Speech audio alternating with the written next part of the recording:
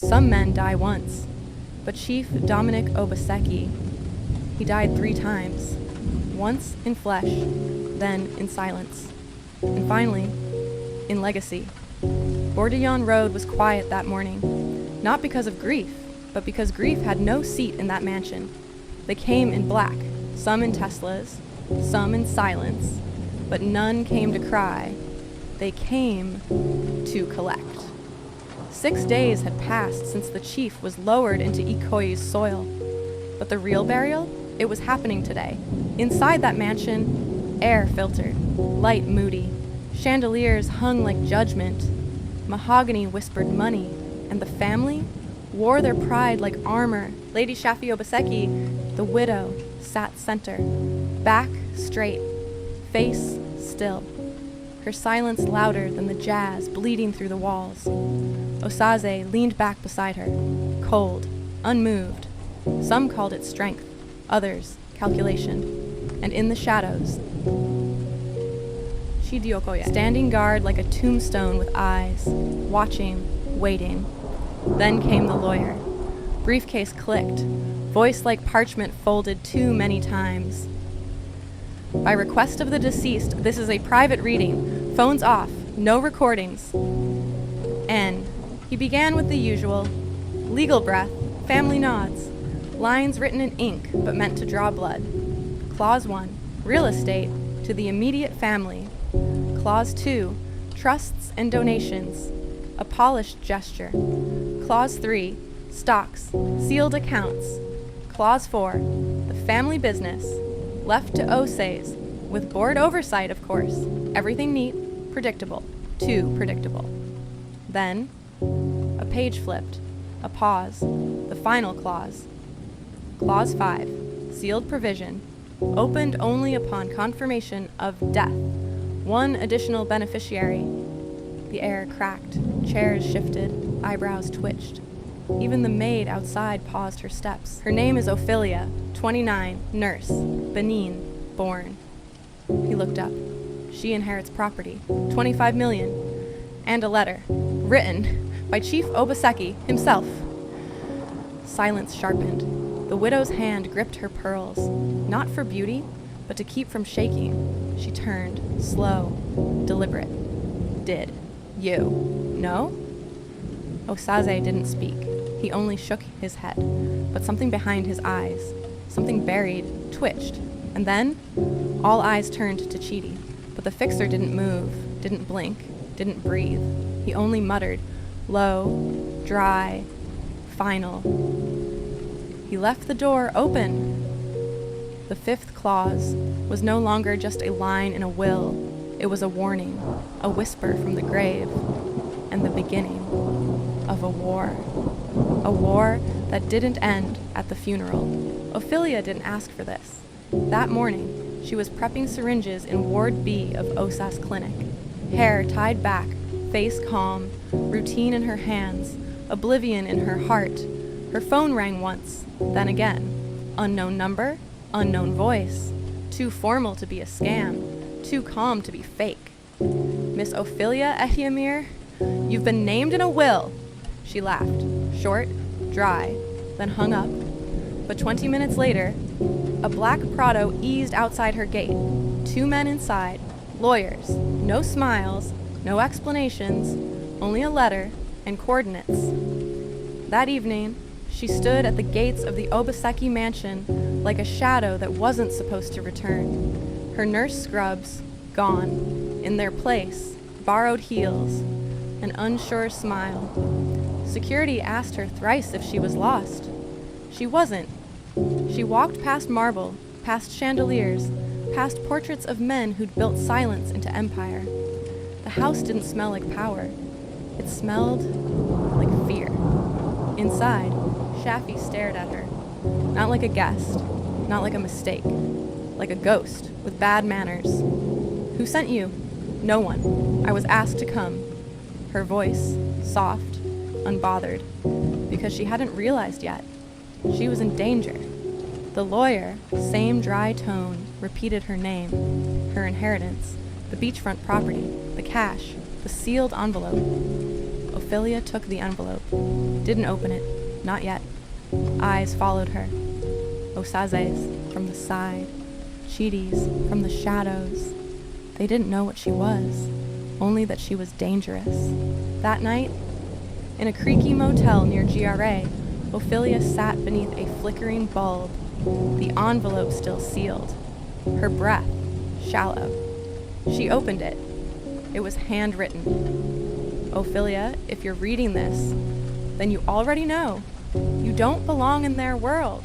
But what you don't know is that I built this world because of you. Line by line, her hands began to shake. By the 5th line, her tears had started. By the 7th, her body stilled. And by the final line, she understood. This wasn't inheritance. It was a warning. Across town, the widow's bedroom lights stayed on. She didn't sleep. She dialed. One number, one name. Chidi. She can't find out what really happened to him. Some families bury secrets.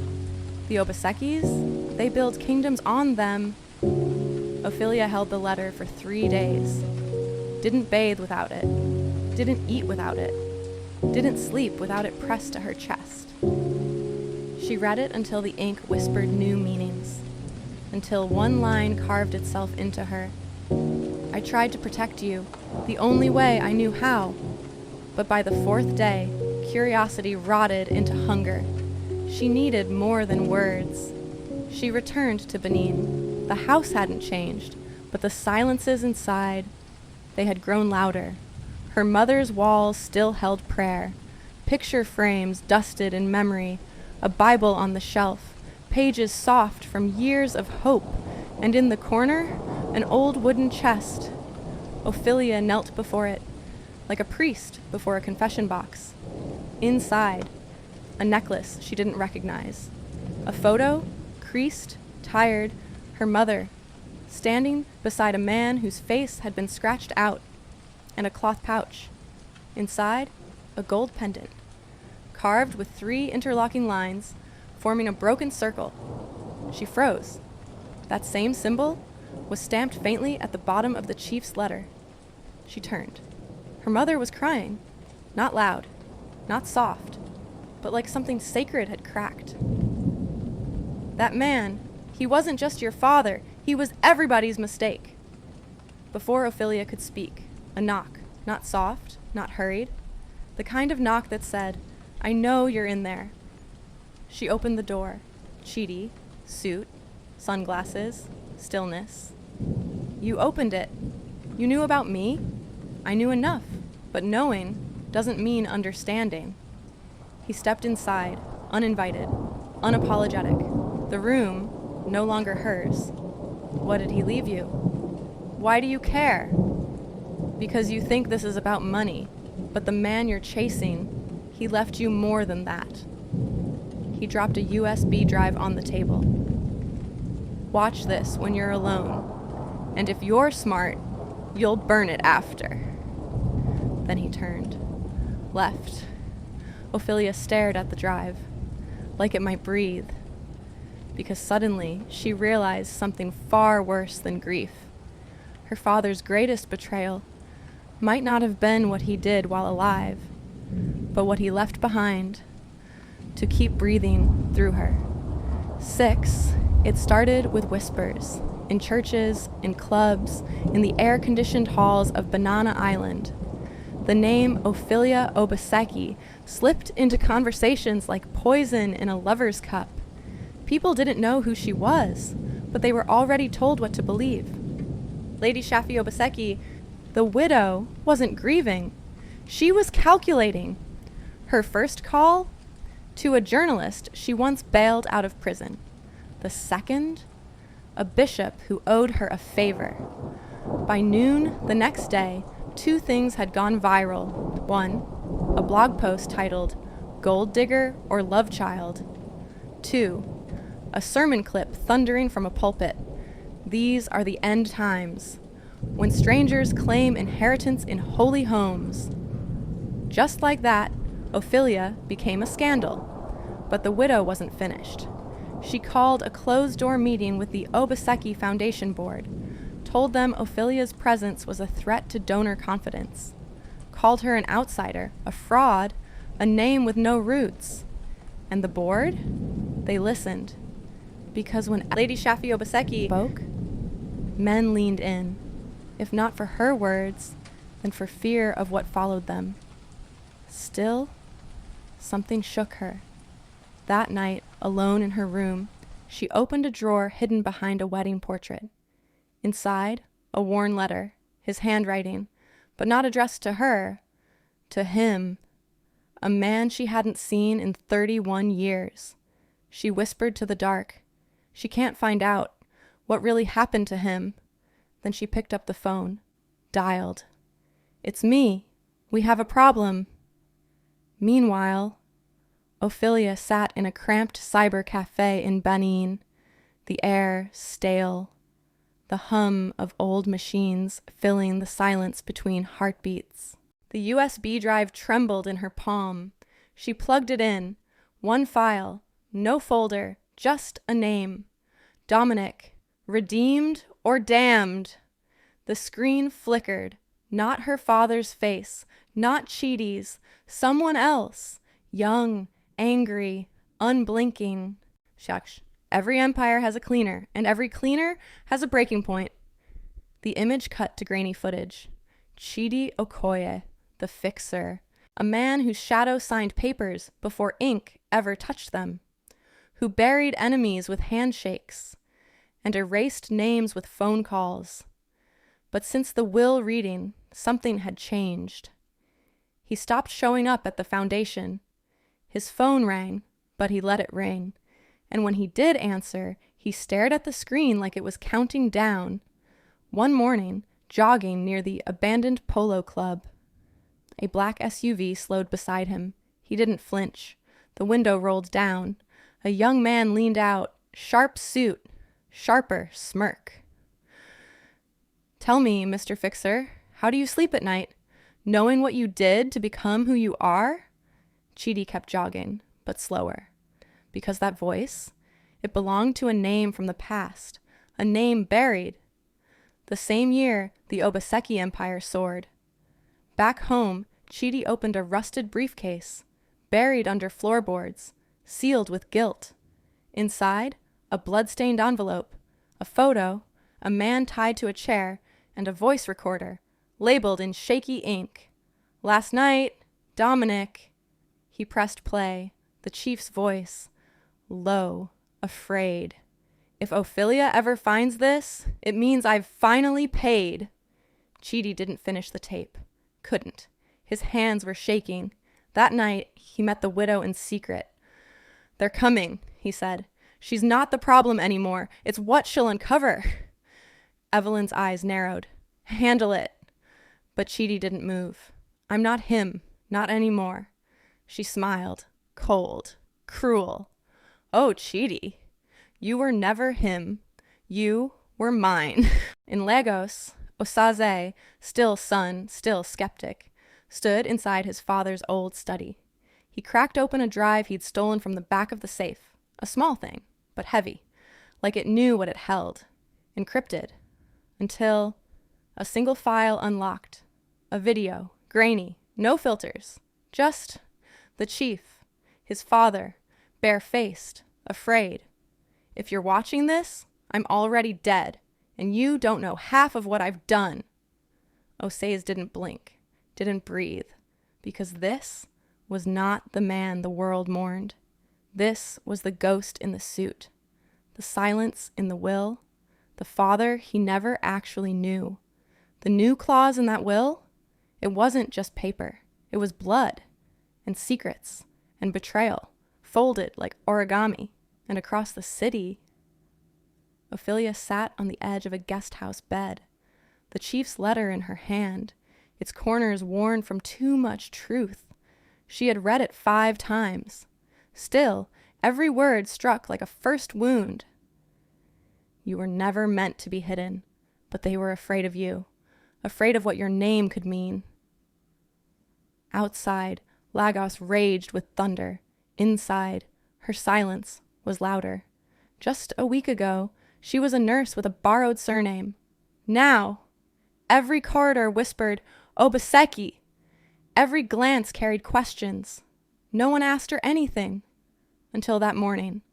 A man in a suit arrived at her door, polished, polite, dead behind the eyes. One of Evelyn's lawyers. He laid down a contract, numbers so high they echoed. "Let's not drag this out," he said. "Disappear. Live free. You're not built for their world." He didn't know. She had already burned the first check they sent. Later, in silence, she turned the chief's letter to its back, taped there. A photo, her mother, younger, beside the chief. He was smiling, but her mother wasn't. She wasn't in love. She was watching him, like she already knew the price of that smile.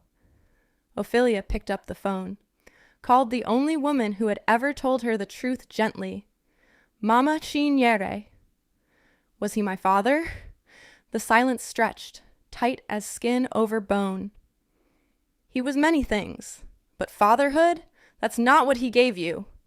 A pause. What he gave you was war, and that war ends when you choose your weapon. She hung up, and that night, by the sea wall, Chidi found her. His face looked tired, older, like he'd buried too many names and forgotten his own. "The offer they gave you, take it," he said. She didn't turn. "And if I don't?" he exhaled. "Then everything buried with him comes for air." She looked up, eyes dry, voice calm. "Good. Let it breathe." And she walked away. No tears, no fear, not for vengeance, for legacy. "I'm not here to destroy what he built. I'm here to rebuild what he broke." The next day, she walked into the Obaseki Foundation. No appointment, no security could stop her. The building didn't shake, but every man inside did. They said the Obaseki name was built on oil, steel, silence. But far from Lagos, at the edge of Delta State, wrapped in vines and crawling humidity, stood a house the world wasn't meant to see. No guards, no cameras, only rusted iron gates, untouched in over a decade, and a deed that now bore Ophelia's name. She stepped out of the car like someone walking into a ghost's diary. No one warned her the house would smell like regret. No one told her the wind would carry whispers. The fixer, Chidi, had given her the location. No words, no threats, just coordinates scribbled on the back of a receipt from the night he vanished. Inside, floorboards creaked, not in protest, in recognition. This house remembered her.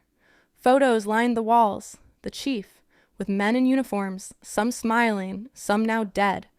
Boxes, dozens, tapes, files, not office files, not spreadsheets, but secrets, signed confessions, payoff ledgers, blood contracts. Then she saw it. A signature, familiar. Her mother's. Beside it, the chief's. Same year she was born. The truth wasn't that she was his daughter. It was that her mother had been part of the empire, and then erased from it. Quietly, deliberately. One last letter, addressed not to her, but to Chidi. "If she's reading this, you disobeyed. Good. She'll need you now. Keep her safe. She carries more than my blood. She carries my reckoning." Back in Lagos, the fixer was done hiding. Chidi walked into the Obaseki estate like a man who'd buried more secrets than friends. The widow tried to have him thrown out, but this time he didn't flinch. "You think this is about money?" he said.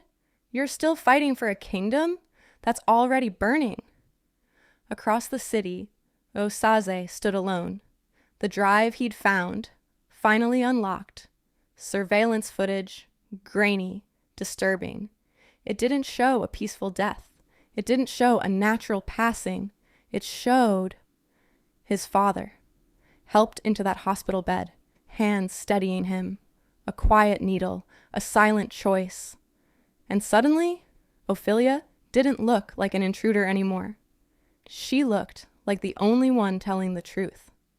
Because the legacy the chief left behind was nothing compared to what he kept hidden. Everyone had thought the fifth clause was just a footnote, a legal twist, a dead man's whim, but it wasn't about land or cash. It was a trapdoor. And Ophelia, she was the key. The fixer knew it. That's why he disappeared. The widow feared it. That's why she lied. The son doubted it. Until now, inside the vaults of the Obaseki Foundation, buried beneath false donations and polished reports, lay the final truth. Clause 5 was a legal override, not just over shares, but full power of attorney over everything, the foundation itself, the very structure that secretly bankrolled every Obaseki deal, political, corporate, even criminal. Now, Ophelia controlled it. They stood in that boardroom, the one built on blood, bribes, and legacy. The widow, smiling with teeth but not with eyes. The son, paralyzed between truth and loyalty, and Ophelia holding the chief's pen, not to honor him, not to avenge him, to rewrite him. This wasn't about making you part of the family, the letter had said. It was about making the family answer to you. Ophelia stepped into the chief's old office, the one no one had touched since the funeral. She didn't hesitate. She didn't look back. She didn't sit in his chair to remember him. She sat to rewrite him. The door creaked behind her. Osazi stepped in. No anger, no mask, just a man carrying the weight of everything he didn't know. He held the drive in his hand, the truth still warm. His voice was quiet. So, what now? Ophelia turned to the window. The city stretched far below. Big, loud, unaware of the storm it had just survived. She placed the drive gently in the drawer, closed it, locked it. Her voice, calm, final, certain. Now, we rebuild, but not in your father's image.